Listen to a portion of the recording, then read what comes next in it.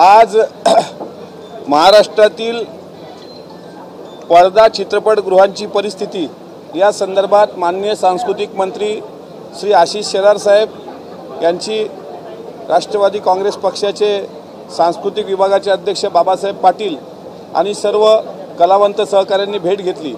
गेल्या अनेक दिवसांपासून मराठी हा विषय महाराष्ट्रात तापलेला आहे। मराठी या भाषेकरता आम्ही सर्व पक्षविरहित राजकारण करत असताना मराठी भाषेकरता एक आलो आहोत। मी स्वतः मराठी भाषेसह मराठी उपहारगृहाचा मुद्दा किंवा मराठी भाषेसह मराठी कलावंतांचा मुद्दा मांडत असतो। काल दुबे नावाचा जो बदमाश मराठी माणसाबद्दल आणि मराठी भाषेबद्दल बोलला त्याला सुद्धा ठोकून काढण्याची भाषा आम्ही वारंवार याच्यासाठी सांगतोय की घरात बसून कोणी भुंकत राहतं, पण मराठी माणसाची अस्मिता आणि ते प्रश्न हे आम्हाला महाराष्ट्राच्या दृष्टीने महत्त्वाचे आहेत। म्हणून त्या अनुषंगानं महाराष्ट्र राज्याचे सांस्कृतिक मंत्री आशिष शेलार साहेब यांना आम्ही वेळ मागितला होता, त्यांनी वेळ दिला आणि मराठी माणसांच्या दृष्टिकोनातून राष्ट्रवादी काँग्रेस पक्षाकडून महाराष्ट्रातील पडदा चित्रपटगृहांची परिस्थिती ही अतिशय वाईट असून त्या एक पडदा चित्रपटगृह मालकांसाठी शासनाच्या ज्या जाचकटी आहेत त्या अति लवकरात लवकर शिथिल करण्यात यावा आणि एक पडदा चित्रपटगृह पुनर्जीवित करण्यासाठी महाराष्ट्र शासनाने कमीत कमी 5 लाख ते जास्तीत जास्त 10 लाख रुपये अनुदान द्यावं अशी एक मागणी। नाट्यगृहांमध्ये नाटकाचे शो वगळून मराठी चित्रपट कमी किमतीमध्ये दाखविण्याच्या संदर्भात लवकरात लवकर शासन धोरण निश्चित करण्यात यावं ही दुसरी मागणी।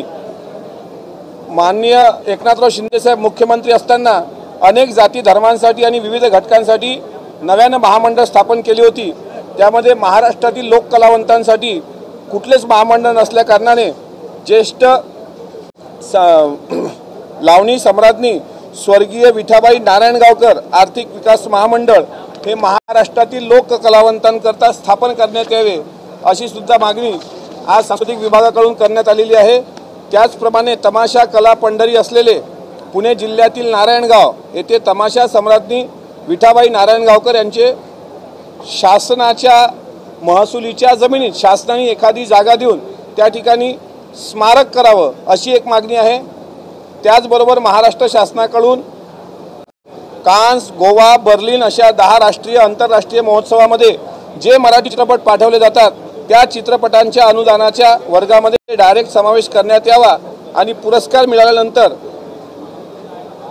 नाशिकच्या सांस्कृतिक ओळखीचे प्रतीक ठरू शकणारा दादासाहेब फाळके स्मारकाचा विकास प्रकल्प जो रखडलेला आहे त्याची प्रत्यक्ष अंमलबजावणी व्हावी।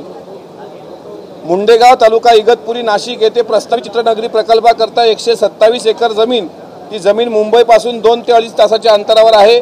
2008 मंत्रिमंडळाच्या समोर हा विषय झाला होता। महसूल खात्याच्या नावाने असलेली जमीन सांस्कृतिक खात्याच्या नावावर करून द्यावी यासाठी सुद्धा माननीय महसूल मंत्री श्री चंद्रशेखर बावनकुळे साहेब यांच्या दालनामध्ये एक मीटिंग आम्ही लावण्यासाठी प्रयत्नरत आहोत। त्याचबरोबर गोरेगाव फिल्म सिटी संचालक मंडळाचा ठराव करून गोरेगाव फिल्म सिटीमध्ये असलेल्या 300 ते 400 कोटीच्या ठेवीमधून 100 कोटी खर्च करून त्यावर 127 एकरची डेव्हलपमेंट करून त्यात प्लॉटिंग करून त्यामध्ये ड्रेनेज आणि लाईटची सुविधा करून शूटिंगसाठी ते प्लॉट देता येतील याबाबत शासनाने निर्णय घ्यावा अशा आशयाच्या मागण्या घेऊन आम्ही माननीय सांस्कृतिक मंत्री आशिष शेलार साहेबांना भेटलो। त्यांनी सांगितलं येत्या 10 ते 15 दिवसामध्ये महाराष्ट्रातील जे मराठी कलावंत आहेत किंवा एक शो म्हणजे एक पडदा चित्रपट गृहाचे जे मालक असतील किंवा त्याकरता धडपडणारे जे लोक असतील त्यांची एक बैठक ते त्या दालनात लावणार आहेत। आणि सांगण्याचं तात्पर्य असं की मराठी शुद्ध फक्त मराठी भाषेच्या नावावर राजकारण न करता मराठी कलावंतांना मराठी चित्रपटगृहाला एक सोन्याचे दिवस आणण्याकरता आमच्या सरकारचा हा प्रामाणिक प्रयत्न असेल।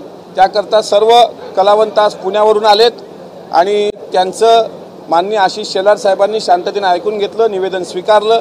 त्याबद्दल सरकारचं मी विशेष आभार व्यक्त करतो आणि मराठी भाषेप्रमाणेच मराठी कलावंताला न्याय द्यायला महायुतीचं हे सरकार कटिबद्ध आहे यात माझ्या मनात शंका नाही।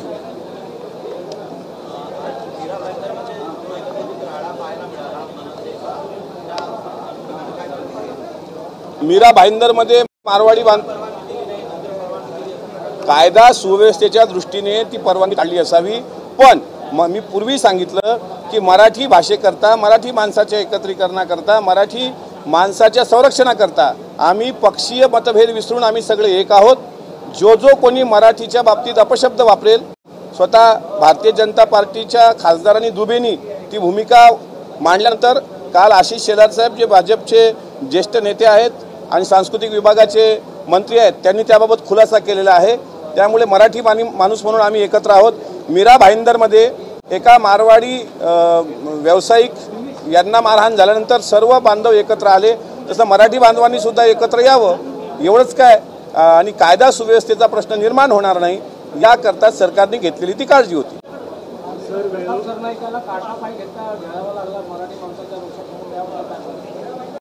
मी ते काय मीरा भाईंदरमध्ये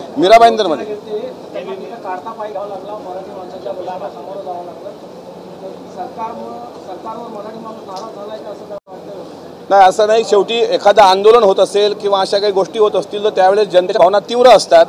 अशा कशा पद्धतीनं कोणी काय केलं याबाबत मला अद्यावत माहिती नाही, पण एक आहे, सरकार म्हणून आम्ही मराठी माणसाच्या सोबत आहोत.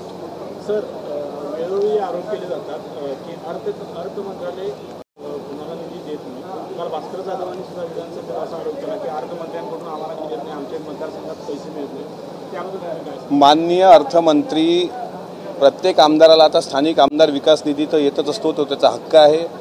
विविध पुरवणी मागण्याच्या माध्यमातून जे लोकप्रतिनिधी सुचवतात त्याला सुद्धा निधी देण्यात येईल, पण अजूनही निधी देण्याची प्रक्रिया सुरू आहे.